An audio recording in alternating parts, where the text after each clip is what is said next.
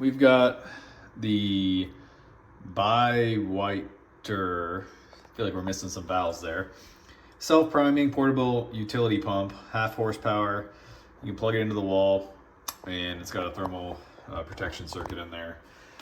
First thing I noticed when I got this box, it's beefy. This is a honking hunk of metal, and it's got a 1/2 horsepower of oomph. So I have confidence this thing will move water quickly. So I'm just gonna do a quick experiment.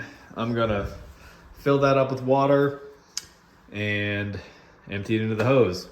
But first step, it says it's you need to fill this up with water because to prime it. So I'm gonna do that. This is the priming reservoir cap, so we're gonna open that up.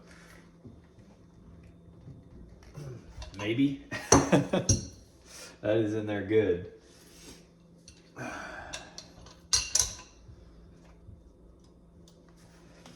All right, let's try this again. Some more strength on there. I may have to get a breaker bar out. This is really in there.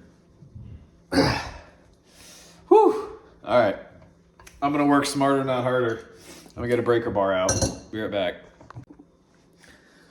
All right, I'm back. I tried using a pretty big wrench to get this self-priming thing off. That didn't work. So I got out my breaker bar, and I've got this little like adapter piece that's supposed to work on anything. This is just square, so we'll give it a shot. It's hard to, I should probably get a second pair of hands or a vise or something, but probably not. Just, I'm gonna lay it on the ground and do it. That's what I needed to do. I'm turning my vise.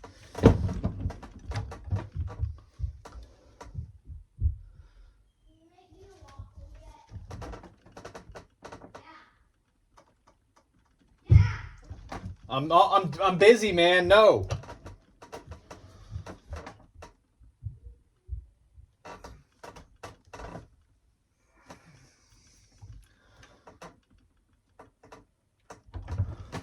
All right, it's turning slowly.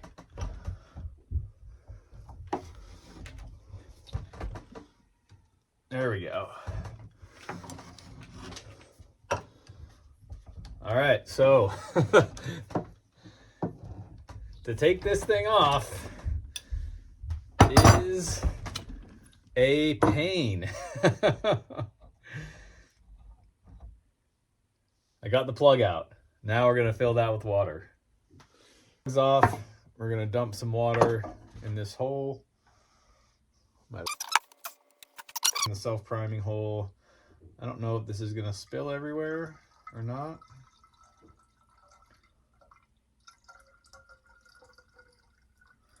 I'm just gonna pour until I can't pour anymore, or until water starts spewing out somewhere. Still pouring.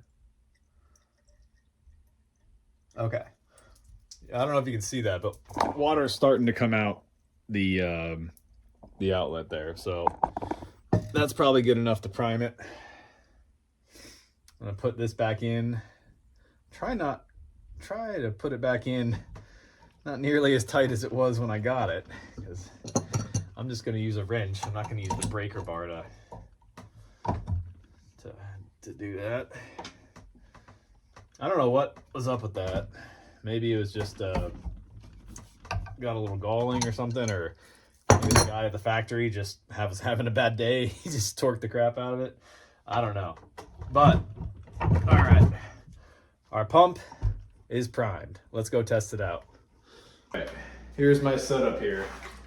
Got a bucket full of water. Took me like 5 minutes to fill this thing up from the sink.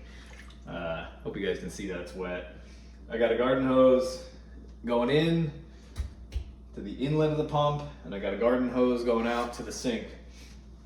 The pump is primed. It's very important that you prime it. You might damage the pump if you don't prime it. And there's no on-off switch, right? So as soon as I plug this in, there's gonna be water flowing. Hopefully the hoses don't flail off and hit me or something, or cause a big mess, but let's plug her in and see what happens.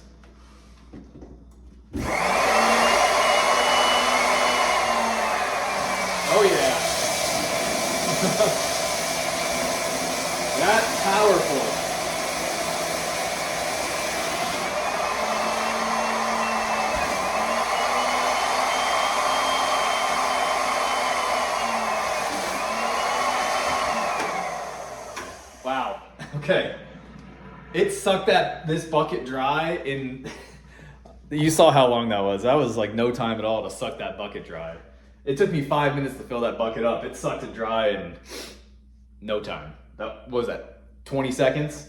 That thing is a beast. If you have a flood in your house, or like your sump pump's not working, or you need to get water from one place to another, yeah, this will work.